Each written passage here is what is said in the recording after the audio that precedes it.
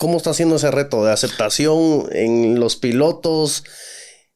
Porque en Latinoamérica, o sea, puede ser que en otros países no, pero en Latinoamérica sí pues te tranquiliza que el doctor esté a 10 centímetros tuyo y que te tocó el pecho, el corazón y te dice, bueno, te da una palmadita y no, hombre, estás bien, toma esto. Correcto. Creo que hay que partir por, por reconocer la realidad, si se puede hablar de campo. Acuérdate que nosotros eh, tenemos, digamos, dos, dos puntos en donde nuestro producto o la cabina trae mucho valor. Uno Uh-huh. es para el acceso a cuidado médico, especialmente en zonas rurales donde no hay médicos y no hay infraestructura. Y por el otro lado, pues sí, las cabinas para lo que es cuidado médico empresarial o de los colaboradores de una empresa también es un tema de costo eficiencia para proveedores de salud y así, porque es mucho más barato poner una cabina en una fábrica y dar servicios con un médico remoto que tener un médico sentado en esa fábrica subutilizado, perdón, y siendo un recurso caro, ¿verdad?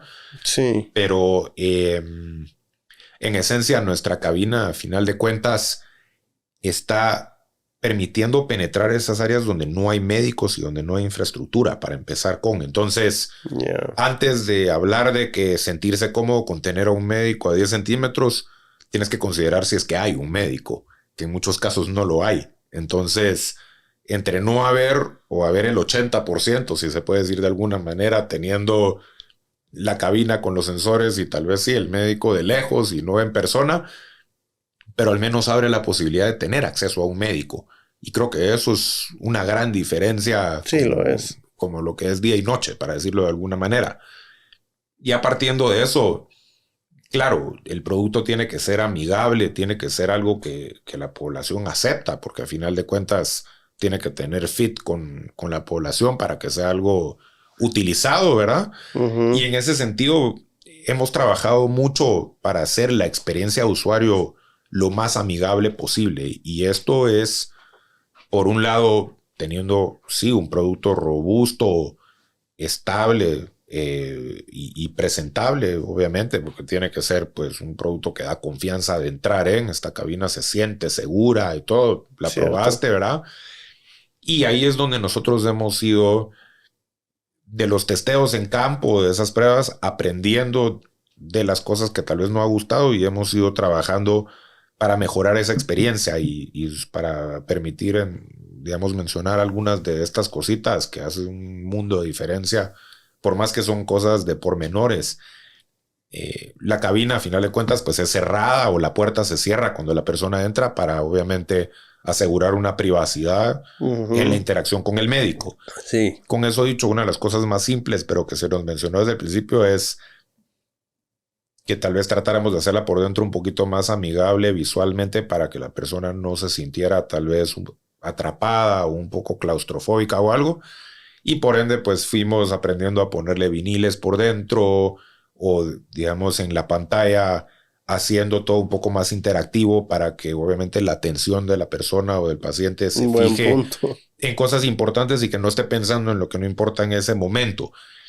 Por otro lado, sí, hemos ido trabajando en cómo hacer que los sensores que las personas o los pacientes se ponen sean amigables y sean fáciles Colocar. sí, de colocar correctamente. Y eso es, por un lado, haciéndolo lo más amigable visualmente posible el mismo sensor, si se puede decir, como por el otro lado que el médico o la médico, ¿verdad? Que está dando la consulta Uh-huh. sepa utilizar correctamente todos esos sensores y cómo ponérselos correctamente, o sea, que pueda guiar También. a ese o esa paciente, ¿verdad? En utilizar correctamente.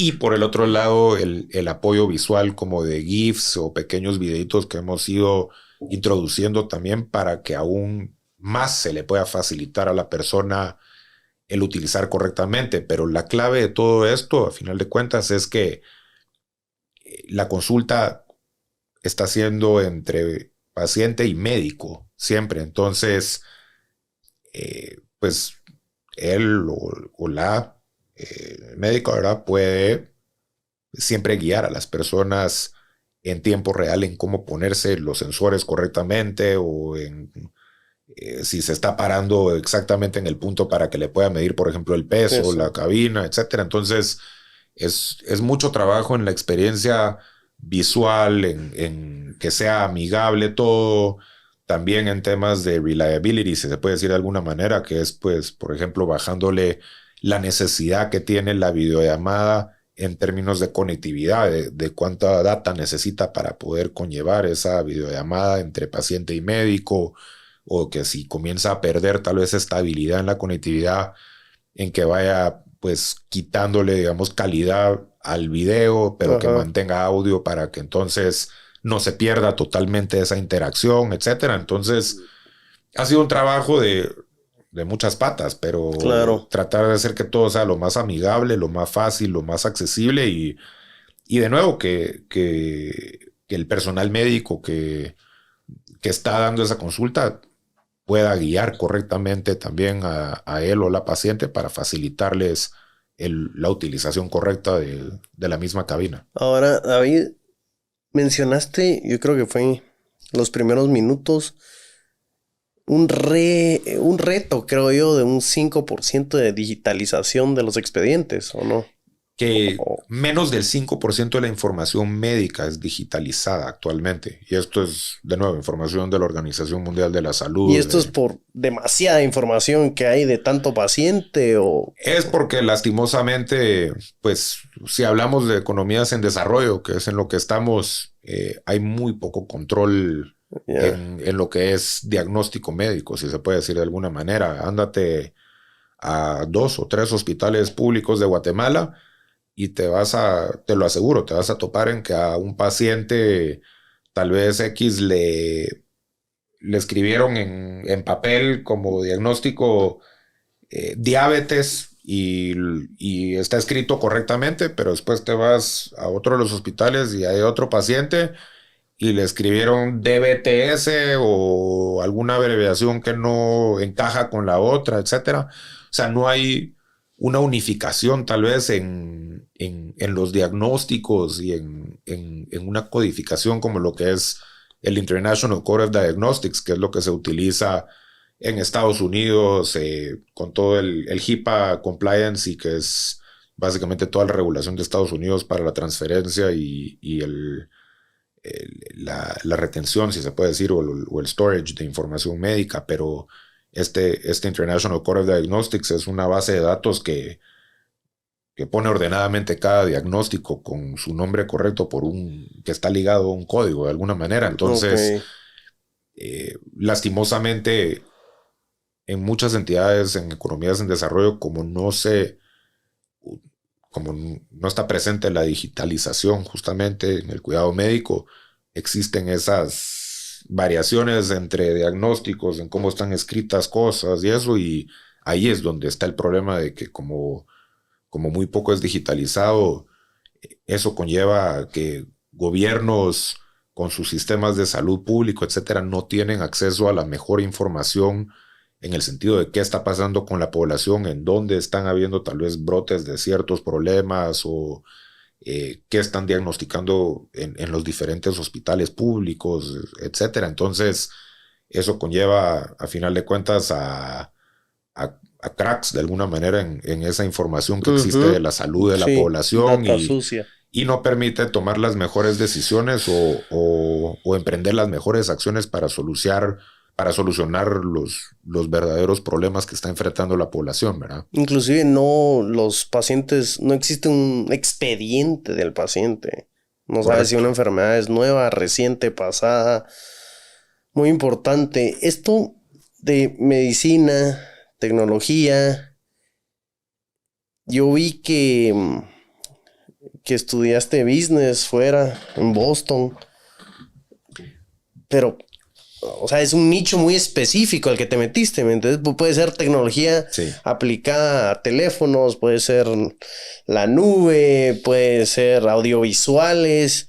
O sea, la tecnología es muy amplia y tiene muchas vertientes. correcto. Pero vos decidiste la salud. ¿Hay Sí. un porqué atrás?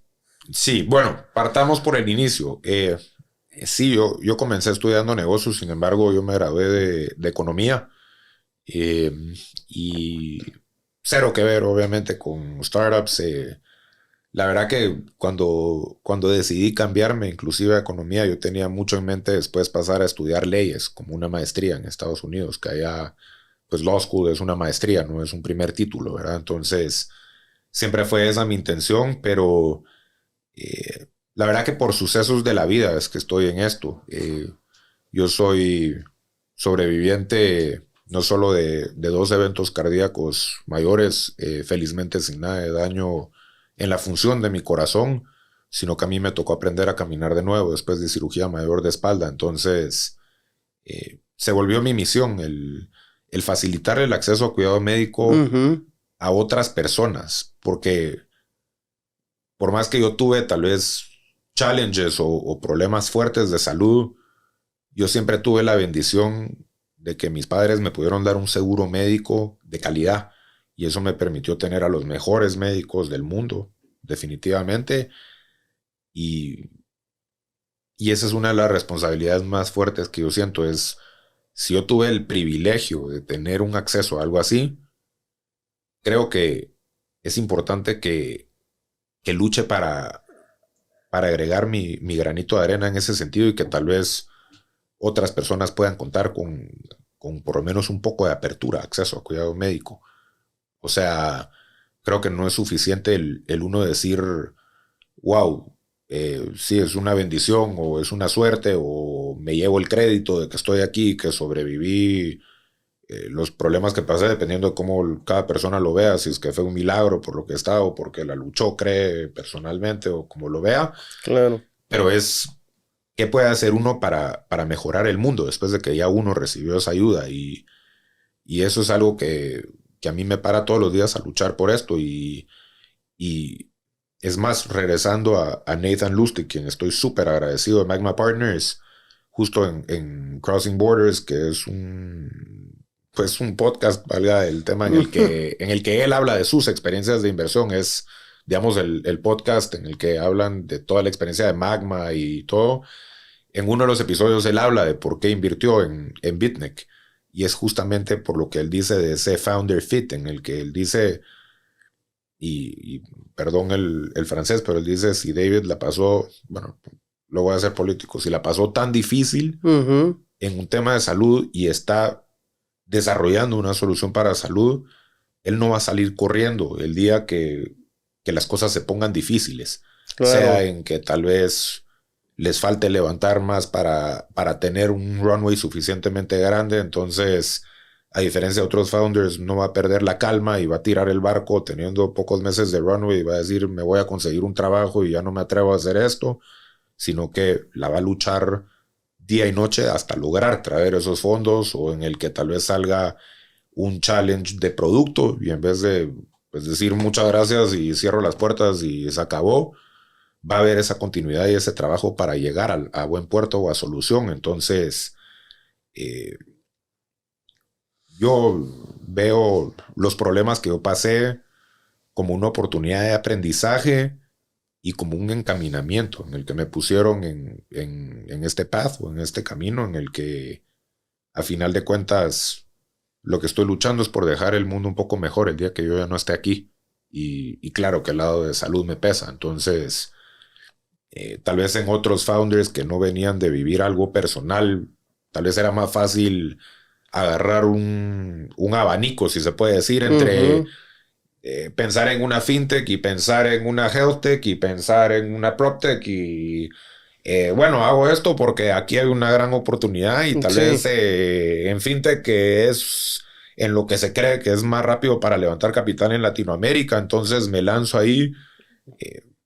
Yo no tenía ese lujo o ese abanico, valga decirlo así. Sí. Para mí era, creo en la tecnología como un arma para solucionar un problema escalable y con ese aprendizaje de lo que viví personalmente y de mucho research y entender el problema a gran escala, porque el problema no era David, sino que es esa población que no cuenta con acceso a la salud, fue que pudimos ir encontrando el camino para desarrollar una solución viable que pueda escalar a solucionar esto de una manera impactante o o de una manera exponencial.